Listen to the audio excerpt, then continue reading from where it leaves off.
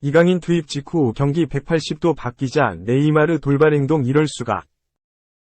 스페인 풋볼 메르카토가 8일 한국 시각 이강인 PSG에 대해 강렬한 논평을 남겼다. 풋볼 메르카토는 라리가 개막에 맞춰 특집 기사를 게재하고 있다. 라리가 선수 랭킹을 매기고 있다. 일단 81에서 90위 선수들이 공개됐다. 풋볼 메르카토는 매일 상위권 선수들의 랭킹을 공개할 예정이다.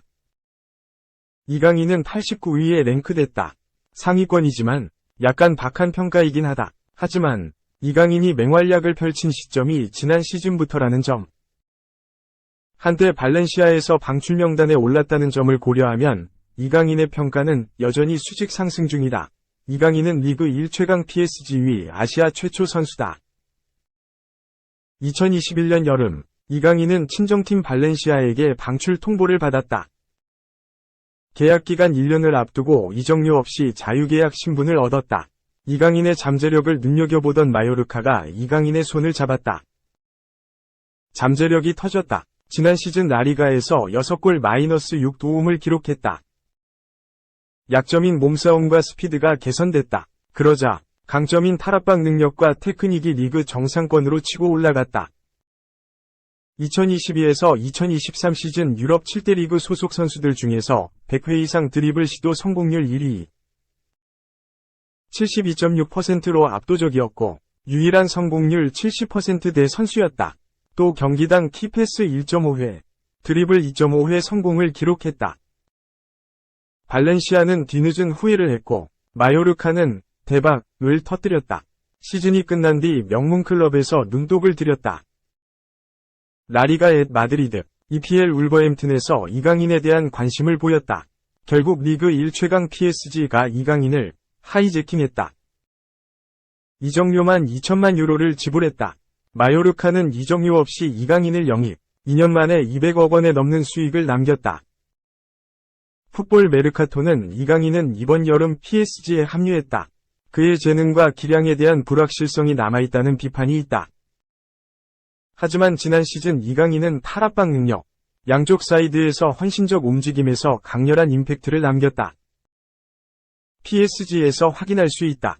이강인에 대한 회의론자들을 침묵시키고 PSG의 진정한 보석으로 자리매김할 것이라는데 의심의 여지가 없다고 했다. 이강인은 누구와 뛸까? PSG 공격수 수열. 레알 마드리드와 강하게 연결된 킬리안 음바페, 바르셀로나 이상 스페인, 복귀설이 제기된 네이마르 등 불투명한 팀 내 최전방 스쿼드의 소방수를 긴급 수혈한 모양새다. 올여름 파리에 입성한 이강인이 과연 어느 공격수에게 공을 찔러줄지 관심이 집중되고 있다. PSG는 8일 이하 한국 시간 구단 홈페이지에 하무스를 포르투갈 벤피카로부터 임대 영입했다고 밝혔다. 계약 기간은 2024년 6월까지이고 완전 이적 옵션을 포함했다. 하무스는 지난 시즌 벤피카에서 공식전 47경기 27골을 넣었다. 2022 카타르 월드컵서도 강렬한 인상을 남겼다. 스위스와 16강전에서 해트트릭을 기록, 유럽 스카우트 시선을 잡아챘다. 이번 임대 이적은 차기 시즌 PSG의 최전방 라인업 전망이 불투명한 데서 기인한다. PSG는 내년 여름 계약이 끝나는 주전 공격수 음바페와 갈등을 빚고 있다. 음바페는 올 시즌까지 PSG에서 뛰고 내년 여름 자유계약 신분으로 레알 합류를 원하는 반면 구단은 이적료 없이 선수를 팔 수 없다며 올여름 매각을 추진하고 있다. 또 다른 주축 공격수 네이마르 역시 친정팀 바르사 복귀 가능성이 제기됐다. 스페인 스포츠 신문 문도 데포르티보는 7일 네이마르의 카탈루냐 복귀설이 수면 위로 다시 떠올랐다. 이번 여름 이적한다는 정보가 있다. 알렸고 프랑스 축구 전문지 온세문디알도 네이마르는 친정팀 재정 상황을 고려해 급여 삭감까지 고민하는 것으로 알려졌다고 보도했다. 네이마르는 PSG와 2025년까지 계약돼 있다. 자녀 계약 기간을 고려할 때 PSG가 쉽게 놓아주지 않을 확률이 매우 높다. 그럼에도 네이마르가 강한 이적 의지를 갖고 주안 라포르타 바르사 회장이 조응한다면 깜짝 이적을 배제할 수 없다.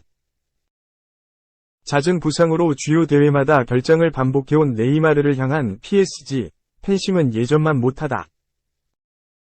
선수는 이에 대해 아쉬운 감정을 느끼고 파리를 떠나려 한다는 보도가 지난 5월부터 꾸준히 이어졌다. PSG는 현지 시간으로 오는 13일 로리앙과 리그안 개막전을 치른다.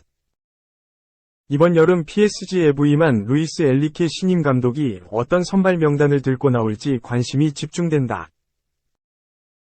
3. 김하성, 이치로와 어깨 나란히 2주의 선수 후보였다. 2주간 MLB 최고 출루 머신. 절정의 타격감을 보여주고 있는 김하성, 28샌디에이고 이 팀의 패배 속에서도 다시 빛났다.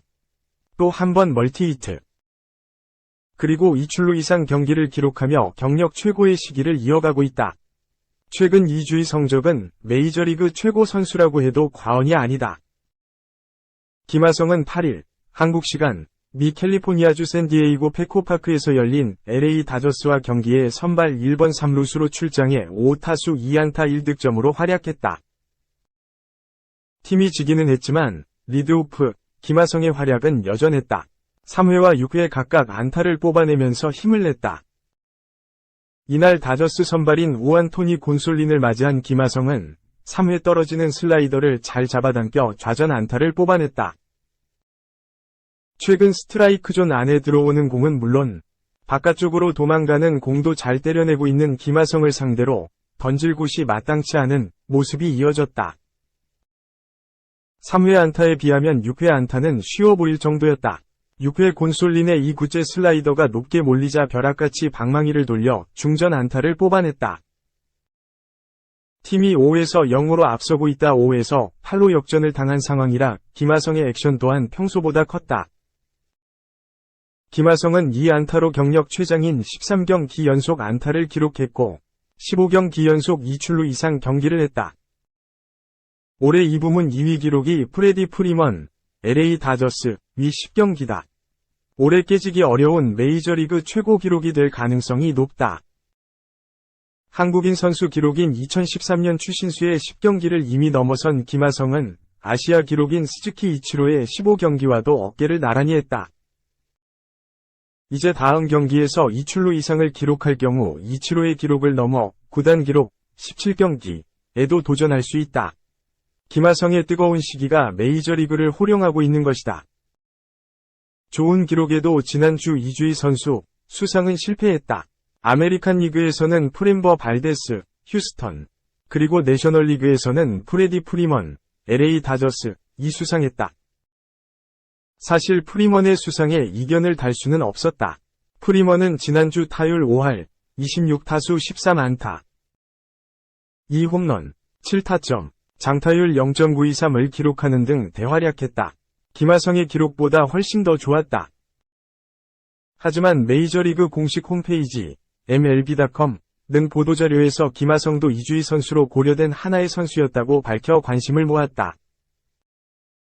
MLB.com은 김하성은 지난주 타율 0.391, 1홈런, 2타점, 6볼넷, 출루율 0.517을 기록했다고 했다.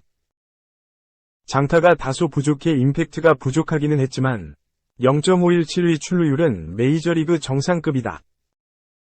실제 김하성은 지난 2주간 메이저리그를 대표하는 출루 머신이자 최고의 주자였다. 김하성은 지난 2주간 12경기에서 53타석을 소화해 타율 0.419, 출루율 0.528, 장타율 0.512를 기록했다. 이 기간 홈런은 1개였지만 9득점을 기록했고 6개의 도루를 성공했다. 이 기간 출루율은 제임스 아웃맨, LA 다저스에 이어 내셔널리그 전체 2위였다. 이 기간 김하성은 18.9%의 뛰어난 볼넷 비율을 기록한 바 동시에 9.4%라는 낮은 삼진 비율을 기록했다. 6도루는 로날드 아쿠냐 주니어, 애틀랜타 7개에 이어 리그 2위. 김하성의 뛰어난 출루율과 발로 한 베이스를 더 가는 최고의 모습을 보여줬다. 팀 성적이 조금 뒷받침되지 않은 게 아쉬운 수준이었다. 김하성은 팬그래프가 집계한 대체 선수 대비 승리 기여도 에서도 시즌 4.1을 기록해 야수중 10위를 달리고 있다. 이미 개인 최고치를 넘어섰다. 한국인 역대 최고 기록 2013년 추신수 6.4에도 도전할 만한 페이스로 가고 있다. 성 앞에 위치한 아쿠냐 주니어 6.1, 프레디 프리먼 5.8, 오타니 쇼헤이 5.8, 무키 베츠 5.2, 마커스 시미언 4.6, 루이스 로버트 4.5, 후안 소터 4.3, 아돌리스 가르시아 4.3, 코빈 캐롤 4.3까지 9명뿐이다. 6에서 10위는 차이조차 크지 않아 김하성이 언제든지 치고 나갈 수 있는 상황이다. 특히 후반기에는 절정의 활약이다. 김하성은 후반기에만 1.92 워를 기록해 프리먼 2.0에 이은 리그 2위를 달리고 있다. 코디 벨린저, 오타니 쇼헤이와 더불어 선두 프리먼을 추격하고 있다. 샌디에이고 선수 중에서는 단연 으뜸이다.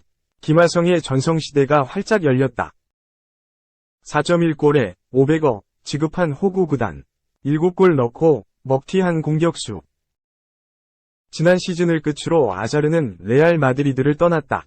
계약 기간이 1년 남았지만 방출당했다.